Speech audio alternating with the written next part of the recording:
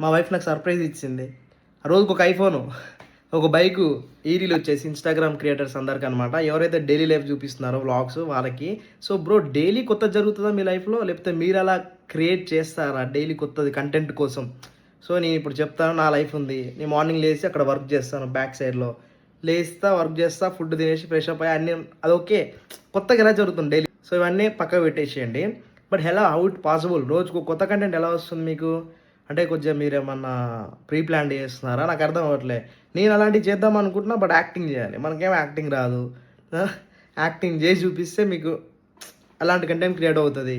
నేను ఇప్పుడు ఇన్‌స్టాగ్రామ్‌కొచ్చాను. అంటే ఆల్రెడీ ఓల్డ్ అకౌంట్ ఉండే. బట్ ఇప్పుడు రీల్స్ పెడదామని వచ్చాను. ఆల్రెడీ నేను గేమరు అండ్ క్రియేటరు. ఒక బిజినెస్ ఉంది. కంటెంట్ దోలాడతాయి. ఇవన్నీ వస్తున్నాయి డైలీ వ్లాగ్స్ అని. ఏదో పెడుతున్నారు, కొత్తగా చూపిస్తున్నారు. ఇంట్లో ఉండే ఏదో ఒకటి.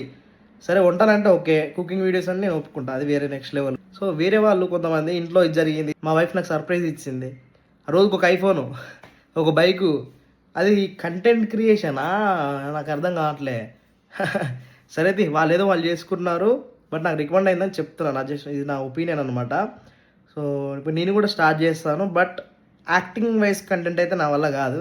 సో ఎవరైనా కొత్తగా వచ్చి ఉంటే మన ఇన్‌స్టాగ్రామ్‌కి ఫాలో కొట్టండి. ఎందుకంటే మీకు తెలుగులో ఎక్కడ లేని కంటెంట్ నేను మీకు ఇస్తాను.